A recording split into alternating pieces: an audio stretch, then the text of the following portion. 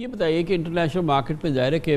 Oil prices कम हो रही हैं, काफ़ी सिग्निफिकेंट कम हो गई हैं, हमारे यहाँ डिमांड कम हो गई है, ये सारी चीज़ें कम हो गई हैं, साथ साथ पहली तारीख आ गई है और फिर हमारा वो IMF के साथ प्रॉमिस LOI हमारा लेवी और ये सारी जो हमें टैक्सेस जो करने थे जो हमने, तो उस हिसाब से तो इस वक्त बढ़नी है ये तेल की कीमत, तो ये कैसे एकोमोडेट होगी? क्योंकि बहरहाल अब वो जो असल प्राइस के लेवल्स थे वो तो अब काफ़ी रिड्यूस हो गए ना, मुसलसल हो रहे हैं और ख़ास तौर पे पिछले 3-4 दिन में तो काफ़ी कम हुए हैं। ऑब्वियसली वो आगे जाके एडजस्ट होते, लेकिन अभी फ़िलहाल क्या आप आवाम को बता सकते हैं इस हवाले से? देखिए,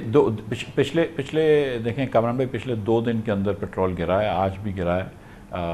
ब्रेंट भी गिरा है, हम जो प्लेट्स करते हैं प्लेट्स भी आज गिरा है, पेट्रोल भी गिरा है, थोड़ा सा डीजल भी गिरा है, प्रीमियम थोड़े से इतने नहीं गिरे लेकिन गिरे हैं। और जो आपने जो इब्तदाइये में अपने बात बढ़ा है, बड़ी जामे इब्तदाया होता है हमेशा आपका कि जो डॉलर है उसको भी अंदर कुछ रुपए में भी कुछ मजबूती आई है, 3 रुपए और कुछ 12-15 पैसे बढ़ा है 2 दिन के अंदर। इंशाअल्लाह ताला ये ट्रेंड चलता रहेगा तो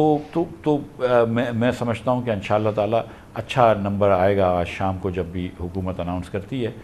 नई कीमतें। लेकिन हम जो IMF के साथ जो एग्रीमेंट था हम उस पर कायम रहेंगे। जो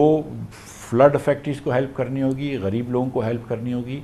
वो बिल्कुल हम विंडो है IMF की, IMF से बात कर सकते हैं। अगर इस वक्त पाकिस्तान में फ्लड्स आएँ तो IMF के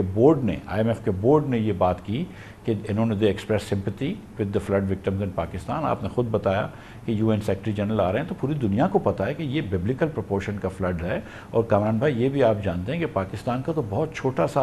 कार्बन फुटप्रिंट है। हमारे पास तो हम तो कोई